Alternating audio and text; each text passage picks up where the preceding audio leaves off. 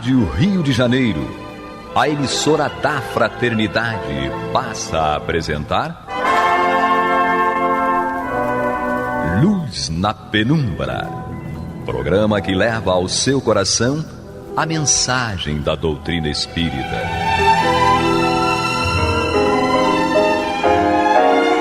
E agora, com vocês, Aloísio Guigino, Fátima Miranda e Eduardo Araújo, para o estudo da obra O que é o Espiritismo, de Allan Kardec. Nosso abraço aos amigos ouvintes da Rádio Rio de Janeiro. Estamos aqui mais uma vez, eu, Aloísio. Comigo, Eduardo Araújo. E com ela, Maria de Fátima Miranda. A cara então, deles. Vocês estão perdendo essa cena. Um dia nós vamos ter essa imagem aí ao vivo. Brevemente, será tudo filmado aqui. Brevemente. Então vocês vão ver aqui os bastidores, certo? É muito interessante. Então hoje nós temos a felicidade de podermos estar recomeçando os nossos encontros para nós conversarmos a respeito dessa obra, o que é o Espiritismo. Lembrando, como falamos no encerramento na semana passada, que essa obra foi elaborada por Allan Kardec com a proposta de responder ou de esclarecer dúvidas que surgiram quando da edição de O Livro dos Espíritos. Então essa obra é recomendada por Allan Kardec para todos aqueles que querem ter um primeiro contato com a doutrina, para que se esclareçam, para que entendam qual é a proposta do Espiritismo. Lembrando que esse termo, inclusive, Espiritismo, foi um termo criado por Allan Kardec para denominar esta doutrina que veio da espiritualidade. E espíritas são aqueles que abraçam, que adotam esta doutrina. Então é muito importante que nós já comecemos lembrando que o que existe é espiritismo, não é kardecismo. Kardec foi o organizador daquilo que foi ditado, que foi esclarecido, que foi dado a conhecer pelos espíritos. Então o que existe é o espiritismo, que é a doutrina. E Kardec, como com todo o seu valor, foi aquele que organizou essa doutrina para que nós tivéssemos acesso e pudéssemos, pelo esclarecimento, conhecermos melhor a proposta da espiritualidade. Nós hoje recomeçamos o estudo, a conversa desta obra. Existem edições que, ao início do livro, tem uma biografia de Allan Kardec que foi elaborada por Henri Sauce, que foi um contemporâneo de Allan Kardec e que fez uma biografia muito interessante e bastante completa a respeito do codificador de Allan Kardec. Então é interessante para todos nós, inclusive aqueles que estamos chegando à doutrina e que queremos ter um conhecimento melhor daquilo que aqui está contido, que nós já também conheçamos um pouco mais a respeito do nosso codificador, daquele que nos deu a oportunidade de termos o acesso a esta doutrina que sempre existiu, mas que foi organizada quando desta invasão organizada da espiritualidade em 1854, antes, isto é, 3 anos antes da primeira edição de O Livro dos Espíritos. Lembrando que a primeira edição do Livro dos Espíritos tinha 501 perguntas e respostas, lógico. E apenas foi a edição definitiva, que surgiu em 1861, em que nós passamos a ter 1019 questões e subquestões aí no meio também, que ampliaram bastante as colocações, os esclarecimentos a respeito daquilo que é importante para nós conhecermos, como é a nossa vida após a desencarnação. Então, aqueles que têm no seu início do livro esta obra, estas colocações, esses esclarecimentos sobre Allan Kardec, é que nós possamos conhecer melhor através dessa biografia. E aqueles que não têm, nós passamos então a estudar esta obra, a conversar sobre essa obra através do preâmbulo. E para iniciar, então, a nossa conversa no preâmbulo, nós convidamos, pela voz de Maria de Fátima Miranda, que nós leiamos o preâmbulo da obra O que é o Espiritismo. Vamos lá. As pessoas que só têm conhecimento superficial do Espiritismo são naturalmente inclinadas a formular certas questões, cuja solução podiam, sem dúvida, encontrar em um estudo mais aprofundado dele. Porém, o tempo e muitas vezes a vontade lhes faltam para se entregarem a observações seguidas. Antes de empreenderem essa tarefa, muitos desejam saber pelo menos do que se trata e se vale a pena ocupar-se com tal coisa. Por isso, achamos útil apresentar resumidamente as respostas a algumas das principais perguntas que nos são diariamente dirigidas. Isto será, para o leitor, uma primeira iniciação e, para nós, tempo ganho sobre o que tínhamos de gastar a repetir constantemente a mesma coisa. Sob a forma de diálogos... Dá uma paradinha aqui, porque aqui tem muita coisa que é importante nós realçarmos. Eduardo, quer falar alguma coisa? Kardec coloca, né, que muitas pessoas alegam falta de tempo e vontade para se entregarem a observações contínuas. E ao longo da obra ele vai mostrar que isso é um problema que deve ser superado por aquele que quer criticar. Porque para você criticar, você precisa estudar. Eu não posso fazer uma crítica sobre qualquer ciência se eu não mergulhar no estudo desta ciência. E algumas pessoas condenam, né, dizem condenar o espiritismo, como faziam à época de Kardec.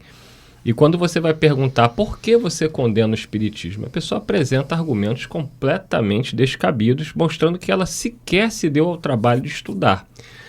Porque eu conheço um médium que é ex-espírita e ele comprova que a mediunidade é uma farsa, que o Chico Xavier nunca existiu, aquela mediunidade dele.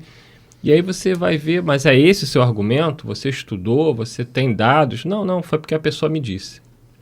E aí você percebe que essa crítica que Kardec vai fazer em relação à falta de estudos, de conhecimento, ela dificulta muito para que qualquer um de nós possa fazer uma análise sobre a doutrina. Daí a importância deste livro, que é o Espiritismo, porque ele coloca de uma forma resumida, né, bastante sucinta, mas profunda, clara, concisa, pontos fundamentais da doutrina espírita.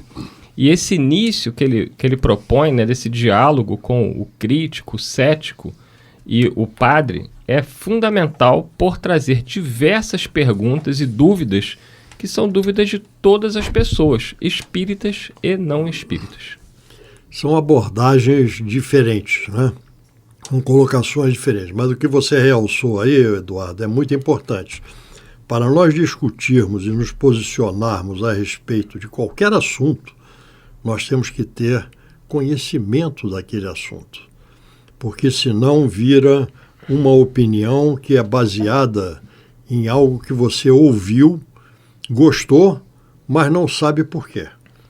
E a racionalidade ficou de lado nesse seu posicionamento, que é importante para todos nós.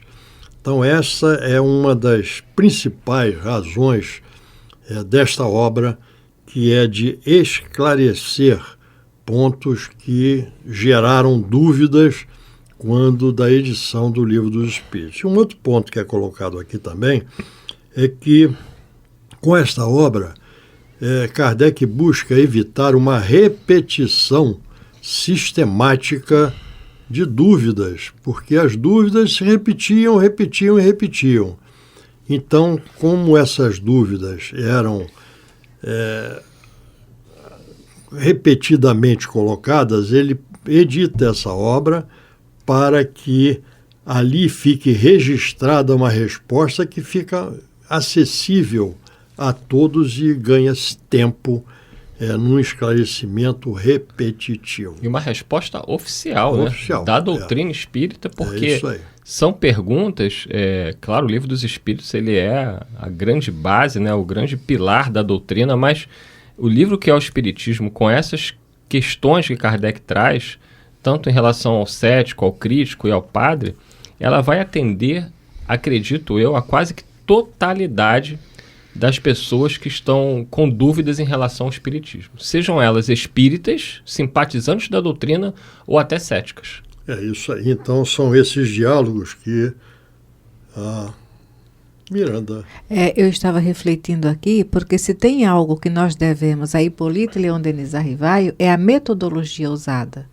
E na condição de um educador, ele foi criterioso, avaliando as possíveis necessidades e o que ele podia oferecer de melhor, não é? E fazendo então uma descrição do conteúdo dessa obra, do propósito dessa obra, ele vem aqui dando uma passada rápida a respeito do conteúdo de cada capítulo. Sim. Que aqui nós vamos ver. Sob a forma de diálogos, o primeiro capítulo desse volume encerra respostas às observações mais comumente feitas por aqueles que desconhecem os princípios fundamentais da doutrina, e bem assim a refutação dos principais argumentos de seus contraditores. Esta forma nos pareceu a mais convincente, por não ter a aridez da dogmática. Porque se ele ficasse só na questão da resposta filosófica, ainda que atendesse ao raciocínio, a pergunta direta com a resposta esclarecendo, ela é mais eficaz. Sim. É essa a metodologia, né? Do mestre. O Kardec era o bom senso encarnado, né? A clareza e objetividade. A clareza. É igual você ir a um médico e o médico diz, você tem a doença tal. E aí você pergunta ao médico, mas o que é esta doença? Ele começa a tratar de uma forma científica que você não vai entender. Sim. Então ele tem que buscar uma resposta concisa, clara, objetiva, para que o paciente entenda qual é a sua doença e qual é o tratamento. Assim Kardec tratou nessas questões. E é por isso que ele recomenda esta obra como sendo aquela que deve ser buscada por aqueles que têm um primeiro contato, ou querem ter um primeiro contato com a doutrina dos espíritos, pela clareza da abordagem dos vários pontos aqui tratados. Eu fico imaginando se eu tivesse estudado matemática com Kardec. Tá vendo? No segundo capítulo, damos uma exposição sumária das partes da ciência prática e experimental, sobre as quais, na falta de uma instrução teórica completa, o observador novato deve fixar a sua atenção para poder julgar com conhecimento de causa. É aproximadamente um resumo de O Livro dos Médiuns. As objeções nascem, quase sempre, das ideias falsas feitas a priori sobre aquilo que não se conhece bem. Retificar essas ideias é prevenir as objeções, tal é o fim deste pequeno trabalho. No terceiro capítulo, publicamos um resumo de O Livro dos Espíritos, com a solução pela doutrina espírita de certo número de problemas do mais alto interesse de ordem psicológica, moral e filosófica, que diariamente são propostos e aos quais nenhuma filosofia deu ainda resposta satisfatória. Procurem resolvê-los por qualquer outra teoria sem a chave que nos fornece o Espiritismo.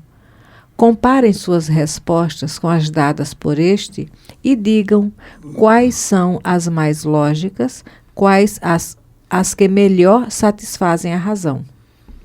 Estes resumos não somente são úteis aos principiantes que neles poderão, em pouco tempo e com pouca despesa, beber as noções mais essenciais da doutrina espírita, senão também aos adeptos, pois lhes fornecem os meios para responderem às primeiras objeções que não deixarão de lhes apresentar. E, além disso, por encontrarem reunidos em quadro restrito e sob o mesmo ponto de vista, os princípios que devem sempre estar presentes à sua memória. Para responder desde já e sumariamente à pergunta formulada no título deste opúsculo, diremos que o Espiritismo é, ao mesmo tempo, uma ciência de observação e uma doutrina filosófica. Uma ciência prática. Como ciência prática, ele consiste nas relações que se estabelecem entre nós e os espíritos. Como filosofia, compreende todas as consequências morais que dimanam dessas mesmas relações. Essa definição de Kardec, né, ela vai responder a uma polêmica para muitas pessoas de que Allan Kardec dizia que o Espiritismo não é uma religião. E realmente não é uma religião no seu sentido tradicional do termo. E ele vai falar sobre isso na Revista Espírita. Mas aqui ele já deixa claro que é uma ciência prática, porque ela consiste nas relações que podem se estabelecer entre nós e os espíritos. Então isso é uma questão de ciência. E que vai, inclusive, revolucionar a nossa ciência material. O conhecimento dessa possibilidade, né? Primeiro da realidade da existência do espírito, da existência de Deus, e da comunicabilidade e dessa inter-relação entre o mundo físico e o mundo espiritual vai causar uma revolução na ciência humana. Já causou e vai causar mais, né? Porque ainda há uma resistência forte, né, nos meios oficiais à aceitação dessa realidade. Isso muda tudo na psicologia, na filosofia, na pedagogia, em toda e qualquer ciência. Então o Espiritismo ele é uma ciência. Kardec não chama ele de uma religião, mas ele deixa muito claro aqui que, como filosofia, ele compreende todas as consequências morais que decorrem de tais relações. Portanto, aí sim, essas consequências morais é o que nós podemos aproximar da ideia de religião que nós temos. Existe uma discussão que continua e vai continuar durante ainda bastante tempo, se o Espiritismo é religião ou é um tratado moral. Tá? Eu, há tempos atrás, eu não me perguntem quanto não, porque eu não me lembro, mas já tem bastante tempo. Eu adotei, e é o que eu coloco toda vez que tenho oportunidade, uma definição de o que é o Espiritismo dentro dessa colocação, dessa reflexão que eu ouvi e assimilei. E eu digo o seguinte: o Espiritismo é um corpo de doutrina de alto teor filosófico, acompanhando a ciência e com graves repercussões morais. Então o Espiritismo é isso. O Espiritismo não visa apenas... o Espiritismo não é dogmático. O Espiritismo é filosófico, ele procura nos explicar. O Espiritismo ele tem amparo ou acompanha, certo, o nosso conhecimento, a nossa ciência, porque até hoje nada do que foi colocado no Livro dos Espíritos foi refutado pela ciência ou por qualquer outra argumentação. Pode não gostar, mas não há argumentos que derrubem aquilo que veio pela espiritualidade. E o ponto foco mais importante no meu entendimento é que o Espiritismo ele tem uma busca da nossa evolução moral. Moral. Então isso é o que eu compreendo, eu entendo, eu adoto e eu repito, certo? Que o Espiritismo ele tem um foco, não é de uma coisa dogmática, mas é pelo entendimento nós crescermos moralmente nos nossos hábitos, nos nossos costumes. Vamos lembrar que aqui nesse preâmbulo, certo? Quando Kardec coloca aqui a nossa evolução, aquilo que nós buscamos, certo? Nos livrarmos do egoísmo, das disputas, nós sermos mais fraternos e vamos por aí afora. O que é isso? É uma evolução moral. São os aspectos, os valores morais que nós trazemos. Então, existe essa dificuldade que pelas religiões, porque religião vem do latim do religare.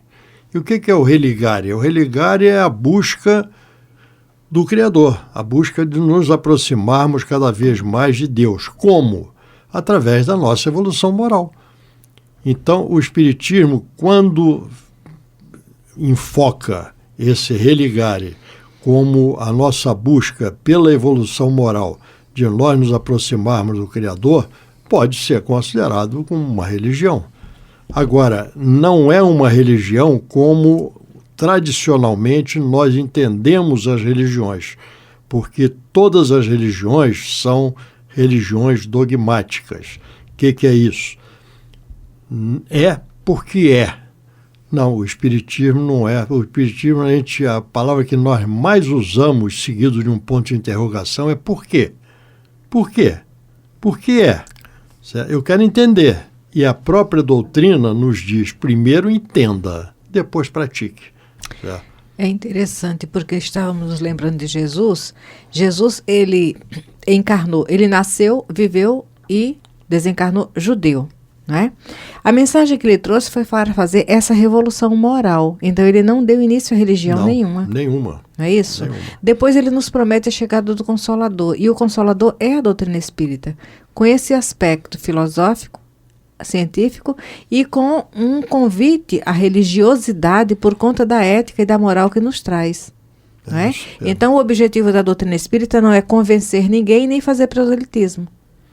De acordo com o despertar, cada um vai buscando a compreensão. E Kardec trata desse aspecto na Revista Espírita de dezembro de 68. Exatamente. Então, quem tiver a curiosidade de ter mais dados a respeito, procure essa Revista Espírita de dezembro de 68. Só um detalhezinho do que ele fala, né? Só um trechinho. Ele diz assim, lá na Revista Espírita: se é assim, perguntarão, o Espiritismo é uma religião? Sim. Sem dúvida, senhores, no sentido filosófico, o Espiritismo é uma religião, e nós nos glorificamos por isto, porque é a doutrina que funda os elos da fraternidade e da comunhão de pensamentos, não sobre uma simples convenção, mas sobre bases mais sólidas, as mesmas leis da natureza. Então, com essa colocação, nós passamos a ter um primeiro contato do que é o Espiritismo. Uma ciência que trata da natureza, origem e destino dos espíritos, bem como das suas relações com o mundo corporal. Semana que vem tem mais. Semana que vem voltamos. Muita paz a todos. Até lá, muita paz. Você está ouvindo o programa Luz na Penumbra.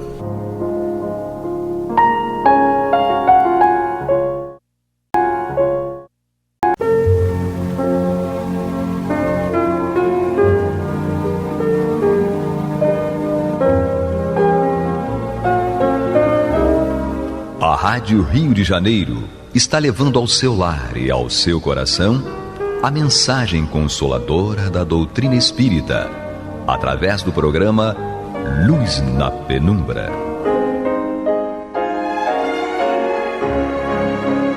E agora com vocês, Bill Fabiano e Renato Souza, para comentar os textos da Revista Espírita de Allan Kardec no período de 1859 a 1869. Muito bem, prezados ouvintes da Rádio Rio de Janeiro, emissora da Fraternidade, estamos de volta com mais um programa Luz na Penumbra.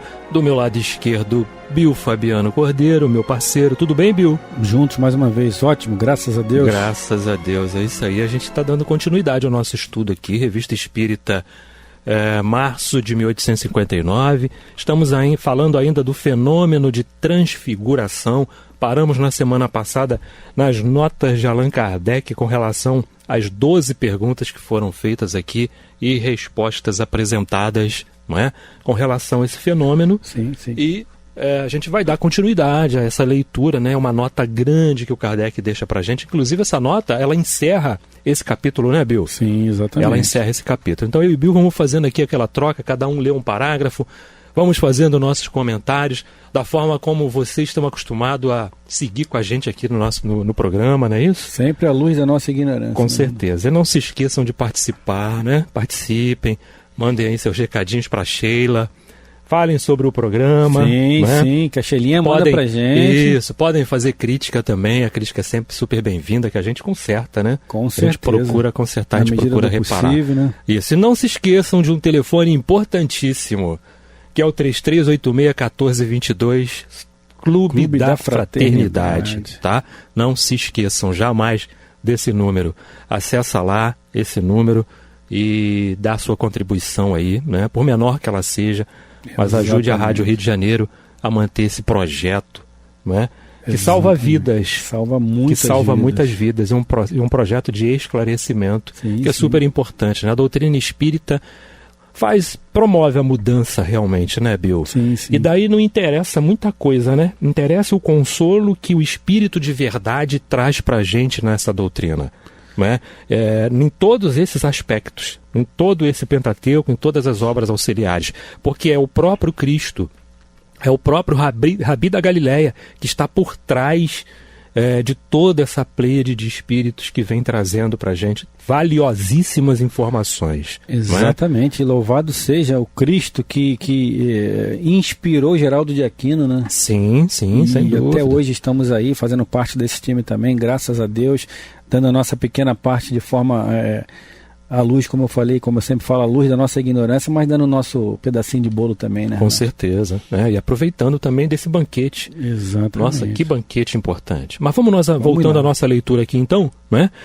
Continuava o Allan Kardec dizendo assim, né? Não seria certamente impossível que por um efeito de ótica análogo àquele que nos faz ver um objeto na água mais alto do que está, em consequência da refração do raio luminoso, uma mesa nos aparecesse no espaço, enquanto estivesse sob o sol. Mas há um fato que resolve peremptoriamente a questão. É quando a mesa cai bruscamente sobre o solo e quando ela se quebra. Isso não nos parece ser uma ilusão de ótica. Voltemos à transfiguração. Aí já diz tudo, né? Se fosse uma ilusão de ótica, ela passaria de uma hora para outra, né? Enfim... mas aí não tem muita argumentação, né? Para fatos não há argumentos, né? A mesa subia de forma ótica, digamos assim, mas ela também caía e se quebrava, né? Então é até uma forma, eu acho que a própria espiritualidade ela cerca, né, Renato, todas as possibilidades que vão fazer com que a pessoa fale, mas isso aí não pode, mas é pela esquerda, mas é direito, mas é assim, mas é assado, mas é frito, é cozido, não, é tudo junto. Certo. É frito, é assado, é cozido, e a espiritualidade coloca isso justamente para que não haja dúvidas.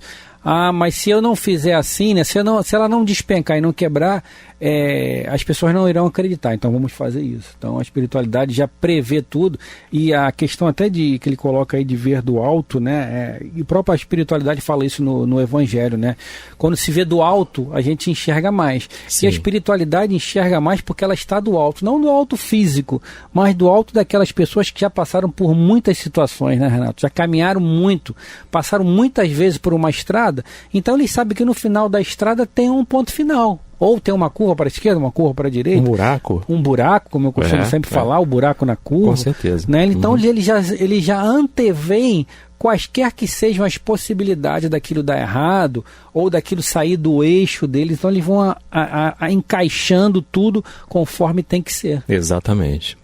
Do alto a gente consegue enxergar melhor, consegue ver melhor as coisas, não é? Exatamente. E quanto mais, e isso vai de encontro justamente à nossa evolução, né? O nosso caminhar, não é isso? Quanto mais a gente vai internalizando experiências, melhor a gente vai conduzindo, né, a nossa vida no caminho. Porque o grande segredo não é nem mudar o caminho, mas mudar a forma de caminhar. E nós vamos mudando a forma de caminhar, né? A forma de enxergar o caminho, por que estás no caminho. E as situações pelas quais nós temos que passar vão mudando, o peso delas vão mudando por causa da nossa experiência. A gente já vai encarando com mais tranquilidade várias e várias situações. É assim, é amadurecimento espiritual, né? Como o Divaldo fala, a questão da dor, não é só você sentir dor, é você saber, você ter a real compreensão do porquê daquela dor, né? Eu acho que é mais ou menos isso, né? Uhum. Vamos lá? Agora sou eu, né?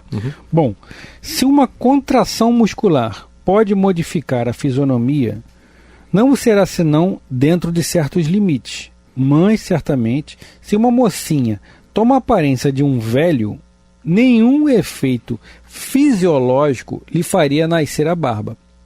É preciso, pois, buscar na sua causa alhures, ou em algum lugar.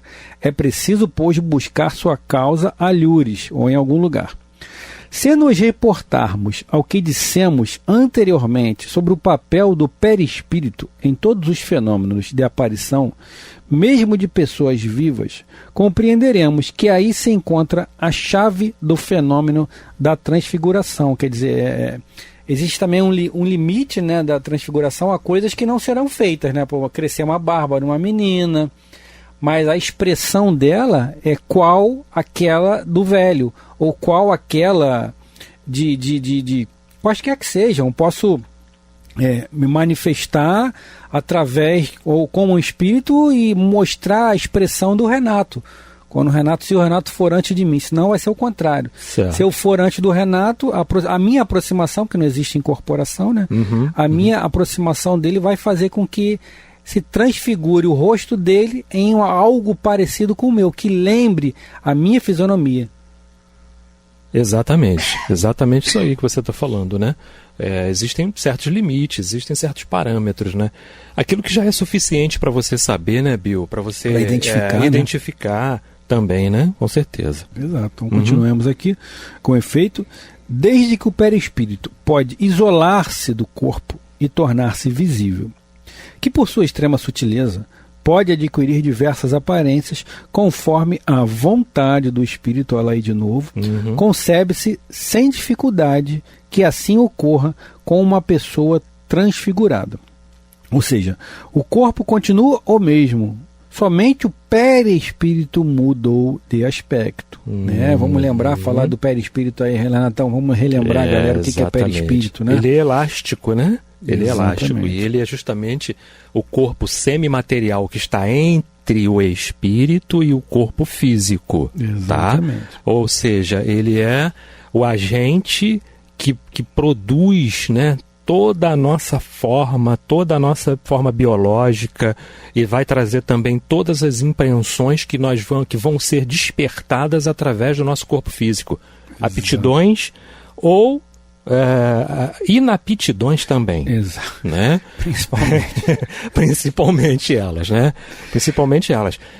Toda a questão do bem e do mal que eu carrego comigo. Exatamente. Né? As minhas ações, tudo isso. É um corpo semimaterial, ou seja, ele é vaporoso e tem a forma exata de todo o contorno, de todo o desenho, de todo o aspecto do corpo físico que os olhos físicos do Bill enxerga no Renato. Exatamente. Tá? Então, o meu perispírito é exatamente assim. Ele não é nem tão sutil quanto o espírito, nem tão grosseiro quanto a matéria propriamente dita. Exato. Ele é um meio termo entre o etéreo e o físico propriamente dito. Certo. Lembrando que tudo é matéria, né? Tudo é matéria. Com certeza. Vamos continuar aqui. Tá. Mas perguntarão, em que se transforma o corpo? Por que razão o observador não vê uma imagem dupla, a saber, de um lado o corpo real e do outro o perispírito transfigurado? fatos estranhos, dos quais em breve falaremos, provam que o corpo real pode, de alguma sorte, ser velado pelo perispírito em consequência da fascinação que em tais circunstâncias se opera no observador. Já está trazendo uma outra impressão aqui, né, de se ver, né, os dois corpos, o do transfigurado e o do médium ali, mas há essa possibilidade que ele vai falar mais à frente aí, né, Renato? Certo, com certeza, né? Existe essa possibilidade, né, que você tem que estar atento, tá? Ilusão de ótica? Não, né? Não ilusão de ótica, mas visão realmente, né? Para aquele médium que tem a capacidade de ver, não é isso? E daí a gente vai entrar, né, nas classificações dos médiums e tudo mais, mas o espírito pode muito, Bill, e é super importante que a gente frise isso novamente, né? Ele fora do corpo físico, né? Ele separado do corpo físico, ele pode muito. Desdobrados nós podemos, exatamente. Imagina, sem estar ligado mais, né, por esse fio de prata, esse cordão fluídico que liga o perispírito ao corpo físico. Imagina. Muito bem lembrado, muito bem certeza. Lembrado, Renato. Pode muito, tá? E isso é super importante. Bom, meus irmãos, estamos no programa Luz na Penumbra, Revista Espírita, março de 1859, ano ímpar. Eu e Bill Fabiano Cordeiro aqui, meu parceiro, estamos trazendo para vocês esse estudo aí, importantíssimo, traz pra gente excelentes esclarecimentos, não é isso? Perfeito. Bill, continua Allan Kardec, então, para fechar essa nota, né? Ele vai dizendo assim: o fenômeno, objeto desse artigo, nos foi transmitido já há muito tempo, e se não falamos dele ainda, foi porque não nos propusemos fazer de nossa revista um simples catálogo de fatos próprios para alimentar a curiosidade, uma árida compilação sem apreciação e sem comentário. Nossa tarefa seria muito fácil e tomamos mais a sério. Nos dirigimos, antes de tudo, aos homens de raciocínio, aqueles que, como nós, querem se render conta das coisas tanto quanto isso seja possível. Vamos dar uma paradinha aqui, rapidamente, né? É importante ele falar da questão de se dirigir às pessoas de raciocínio. Exato. Ou seja, né, é importante, e eu tenho me deparado muito com isso, Bill. Nós temos observado um movimento importante no segmento religioso das pessoas, que as pessoas estão procurando, evidentemente que não é a grande massa, mas você consegue identificar pequenos grupos, pequenos núcleos que estão querendo estudar além da proposta do seu segmento religioso. Entendi. Aí se deparam com a doutrina espírita, se deparam com o espiritismo. E o espiritismo é claro nesse sentido, e a gente volta de novo a falar sobre isso. Não importa nada, não é? Não importa a sua cor, não importa a sua preferência, gênero, não importa, e não importa muito menos a sua religião, né? Basta abrir ter vontade, abrir a tua mente para compreender um pouco mais além. Exatamente. Tá? Então, nisso, nós não estamos querendo modificar a doutrina de ninguém, não estamos querendo impor espiritismo a ninguém, mas você observa esses pequenos núcleos, esses pequenos grupos, já realmente fazendo essa movimentação, não é? De querer estudar um pouco mais. Eu tenho encontrado várias pessoas que seguem outras vertentes e perguntam e querem estudar, me explica isso assim, assim, assim. Né? E você, questões ligadas, né, à própria mediunidade. Tem na família alguém que se manifesta dessa forma, que tem esse tipo de manifestações e tudo, e não sabe como lidar, não sabe como... não conhece agir, né? Agir. Então, é isso que a gente precisa falar. Homens de raciocínio, né? Então, peraí. Assim como aconteceu com Kardec, não é? Com certeza. Ele já sabia para o que tinha vindo, precisava se despertar para aquilo. Exato. Se deparou com uma situação e pessoas que foram chamando ele, olha, ali acontece isso assim, assim, assim, isso é possível? Exatamente. Né? Senhor Denizar, isso é possível? É importante você trazer esse aspecto aí da questão religiosa, né, das outras doutrinas, porque a gente sabe que a doutrina espírita é dividida em 3 partes, que é ciência, filosofia e religião. Não por acaso a religião vem por último. Não por ser menos importante ou mais importante, a questão não é a importância. A questão é que a doutrina espírita promove uma mudança filosófica, intelectual. É você entender, não é você, até falávamos outro dia no estudo aí do Trilhas da Libertação, aliás, o estudo está firme lá no canal Bio Fabiano Cordeiro, Trilhas da Libertação, toda quinta-feira às 19h30. Não é você deixar de fazer algo porque a doutrina ou a sua religião não permite. O que a doutrina espírita nos coloca não é isso. Eu não vou fazer porque a doutrina espírita não permite. A doutrina espírita permite tudo. O próprio Paulo de Tarso fala sobre isso. Exatamente. Né? Nosso patrono da nossa rádio, tudo nos é lícito. Agora, convém. Então, quando você assume a doutrina espírita, né, Renato? Como uma filosofia de vida, você vai deixar de fazer porque você não quer ser mais aquele homem velho. Você quer transformar, transmutar, transfigurar a sua figura em outra pessoa, em outro homem. E é isso que a doutrina espírita tem de magistral, né? De mágico. Exatamente. A filosofia e a transformação moral do homem velho para o homem novo. Exato. É isso? E é uma coisa interessante, porque você não pode se apartar jamais de ser bom e fazer o bem. Não perca jamais a oportunidade disso. E porque não vai se arrepender, né? Não vai se arrepender. Então é essa a ideia, essa é a grande ideia. Fora da caridade não há salvação. Não basta só não fazer o mal, né? O próprio Allan Kardec colocou pra gente, e ele não diz lá fora do espiritismo, não, ele diz fora da caridade. Então, a gente precisa entender que o espiritismo é justamente isso. E reúne no espiritismo pessoas que nasceram no berço espírita, sim, mas traz também muitos outros ao longo do caminho que passaram por várias outras vertentes, sim. E que hoje têm uma compreensão melhor.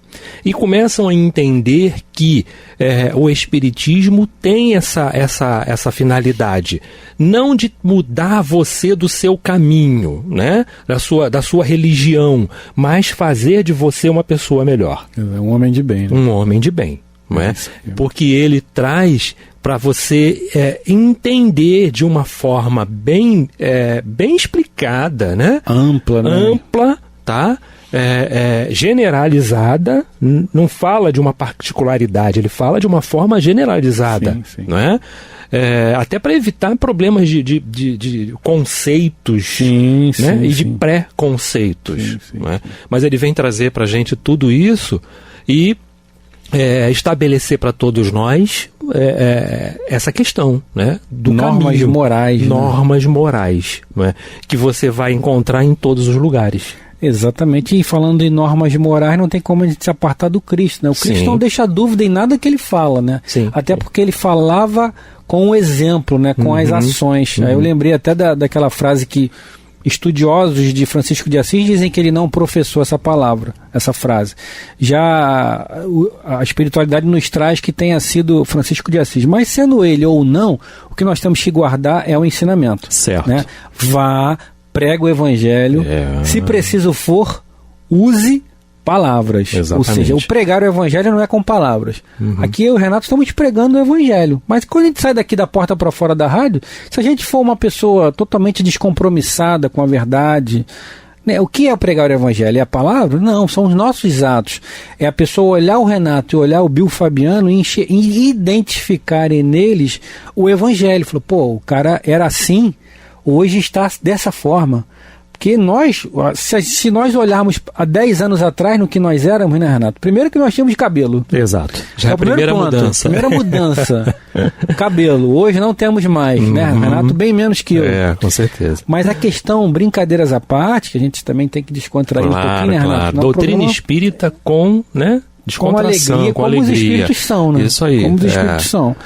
E a mudança é olhar o Bill Fabiano, olhar o Renato e falar, pô, o cara mudou. Ah, mudou aonde? Na doutrina espírita, mas poderia ser na igreja católica, poderia ser na protestante, poderia ser na Umbanda, no Candomblé, ou quaisquer que sejam as doutrinas ou não doutrinas, ou se for ateu, ou se for agnóstico, não importa.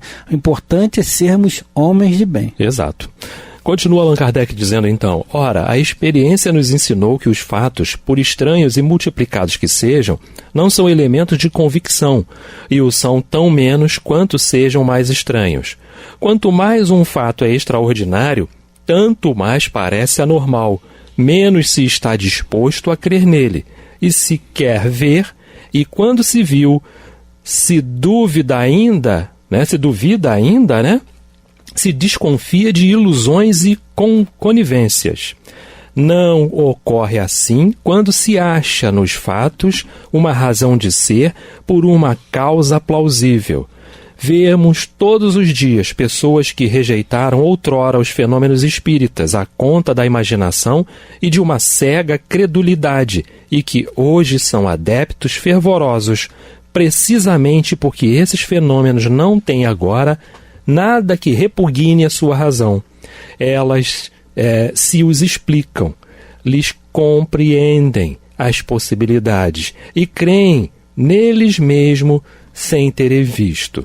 Antes de falarmos de certos fatos, temos, pois, que esperar que os princípios fundamentais estejam suficientemente desenvolvidos e para deles se dar conta, o da transfiguração está entre esse número, né? O Espiritismo é para nós mais que uma crença, uma ciência, e estamos felizes em ver que os nossos leitores nos compreendem. Interessante. Sim, pronto. Sim. Se viu, né? Viu. Se há dúvidas, a própria doutrina tira as dúvidas. Os próprios espíritos tiram as nossas dúvidas, né? Exato. É só ir procurar na codificação. A explicação está aqui. Então vai lá, verifica, faz a experiência. E o laboratório para fazer experiência é onde, né, Bill? Casa espírita. Exatamente. Ah, Renato, mas só na casa espírita? Não, não é só na casa espírita, não, porque o laboratório pode ocorrer na igreja. Exatamente, quaisquer na que rua, sejam os lugares. Na sua casa. Exatamente. Não é? Daí a importância de estudar, de se evangelizar para ter, de certa forma, um controle e compreensão daquilo que acontece com você ou com alguém à sua volta, ou mesmo ao seu redor, não é? Para você poder saber minimamente o que fazer. Uma prece, compreender o que está acontecendo e não tratar aquilo como uma coisa fora, isso aí é fora do normal, não dá atenção para isso não. E a espiritualidade está procurando falar conosco o tempo todo, né? Exatamente, hein? E a doutrina espírita é importante nesse caso, porque você lembrou bem agora há pouco, não sei se foi nesse ou em outro programa, que aconteceu alguma coisa fora do normal, fala com o Renato, que o Renato é espírita. Ou seja, há uma compreensão das pessoas que quaisquer que sejam os acontecimentos que estejam fora do normal, é espiritismo ou é coisa desconhecida. E de fato, existem coisas desconhecidas. Ainda e muitas. Muitas, bom, o que a gente conhece é uma gota, né? Enfim. Então a gente tem que agradecer a doutrina espírita e entender que as coisas acontecem conforme tem que acontecer. Acabou, Bill. Chegamos ao final. Não dá tempo para mais nada. Mais nada. Isso. Muito obrigado a todos aí que estão conosco, né? Nos ouvindo, nos assistindo também, porque pode assistir também lá, Rádio Rio de Janeiro, né? Exatamente. Ponto digital, pode entrar lá também, acessar os programas, acessar o Luz na Penumbra. Ouvirem. Não se esqueçam lá, o Clube da Fraternidade é o 3386-1422. Exatamente, até o próximo programa. Beijo Valeu, no coração Bill. de todos.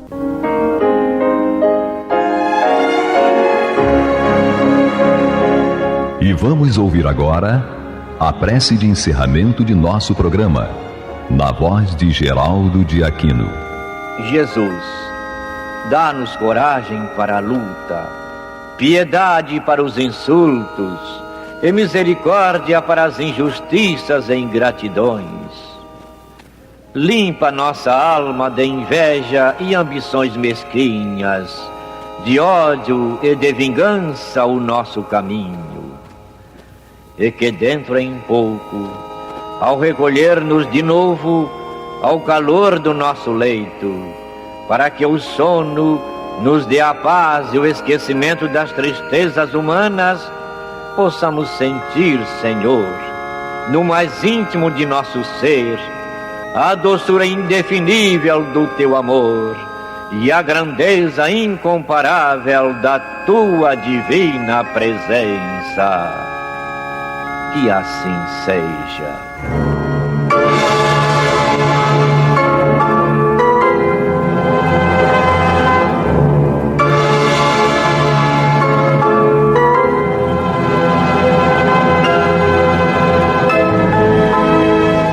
Acabamos de apresentar o programa Luz na Penumbra, que voltará a ser apresentado na próxima segunda-feira, às 21 horas, nesta emissora.